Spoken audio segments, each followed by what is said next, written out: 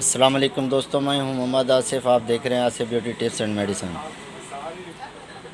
तो दोस्तों आज एक प्रोडक्ट लेकर हाज़िर हुआ जिसका नाम है क्लीन अनीमा। क्लीन अनीमा के मुकम्मल मालूमात देखने के लिए मेरी मुकम्मल वीडियो देखा करें ताकि आपको कोई बात रह ना जाए। तो दोस्तों आपसे एक छोटी सी रिक्वेस्ट है कि आप मेरे चैनल को सब्सक्राइब कर दिया करें अगर नए नए हैं तो। साथ ही के बेल आइकन बटन को लाजमी प्रेस किया करें ताकि हर नई आने वाली वीडियो पहुंच सके। वीडियो को शेयर किया करें ताकि दूसरे दोस्तों का फ़ायदा भी हो सके। तो दोस्तों क्लीन अनीमा जो है, क्लीन अनीमा कैसे इस्तेमाल किया जाता है, कैसे करना चाहिए, उसका तरीका मैंने शॉर्ट वीडियो में बताया है। शॉर्ट वीडियो भी है इंशाल्लाह, वहाँ पर आपको मुकम्मल तरीका बताया जाएगा कि कैसे करना चाहिए। क्लीन अनीमा सजूद जैसे सजदा किया जाता है वही उसकी एक पोजीशन है, उसी तरीके से पीछे से ये इस्तेमाल कराया जाता है। मुकम्मल बोतल अंदर की जाती है, ये बड़ों के लिए होता है, ठीक है। अनीमा कराते किस लिए, क्लीन अनीमा के अंदर होता क्या, क्लीन अनीमा के अंदर होता है मोनो बेसिक सोडियम फास्फेट और di basic sodium phosphate reactor solution. ये होता है फौरी इस्तेमाल के लिए। ये हर अच्छे छोटे बड़े स्टोर पर बआसानी मिल सकता है। ये वीडियो किसी प्रमोशन के लिए नहीं है, बल्कि एक मालूमाती वीडियो बनाई जा रही है। किन सूरतों में कराना चाहिए, इनकी अलामत क्या हैं। क्लीन अनीमा रफ़ा कब्ज़ यानी कि कब्ज़ को ख़त्म करने के लिए, अंदरूनी मुआयने यानी कि अगर पेट के अंदर कोई ऐसा मुआयना करना है तो उसके लिए भी ये इस्तेमाल करी जाती है। जैसे कि पहली आंत की सफाई, पेट और गुर्दे के एक्सरे से बेशतर, पेट और जहरी हिस्से की सर्जरी से पहले और इसके अलावा बच्चे की पैदाइश से पहले ये इस्तेमाल कराया जाता है। इस्तेमाल करने की हिदायत क्या है, कैसे करनी चाहिए।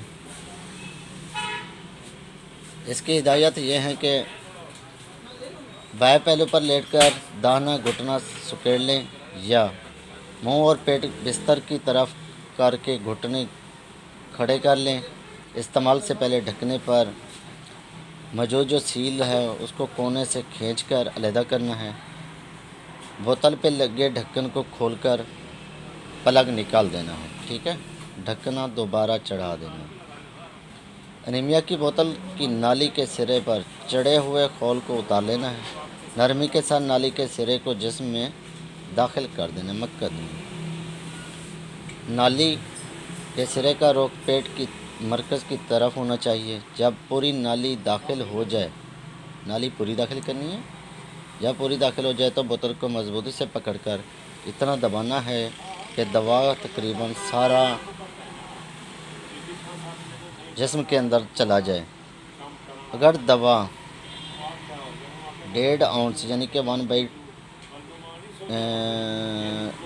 या 15 मिलीलीटर बोतल में रह जाए तो कोई मज़ाक़ा नहीं, यानी कि कोई मसला भी नहीं है। बोतल को मुकम्मल तौर पर खाली करना ज़रूरी नहीं होता, क्योंकि बोतल में दवा की कुछ मकदार फाजिल मकदार यानी कि ज़्यादा भी होती है। दवा लेने के बाद उसी पोजीशन को उस वक्त तक कायम रखें जब तक रफ़ा हजत की ख्वाहिश ज़ोर पकड़ न जाए। इसके लिए अमूमन 2 से 5 मिनट दरकार होते हैं। इसकी एहतियात क्या होती है। मितली, कैद या पेट की सूरत में किसी मशवरे के बगैर क्लीन अनीमा इस्तेमाल नहीं करना, ठीक है। अगर मितली हो रही है, पेट में दर्द है, कैद वगैरह हैं तो अनीमा बिल्कुल नहीं किया करना। बड़ों के लिए है, बच्चों के लिए जो होता है वो छोटे होते हैं, ये सिर्फ़ एक दफ़ा इस्तेमाल होता है। तो दोस्तों मैं उम्मीद करता हूँ कि मेरी आज की वीडियो आपको पसंद आई होगी। तो आप मेरी वीडियो को कंप्लीट देखा करें ताकि कोई बात रह ना जाए।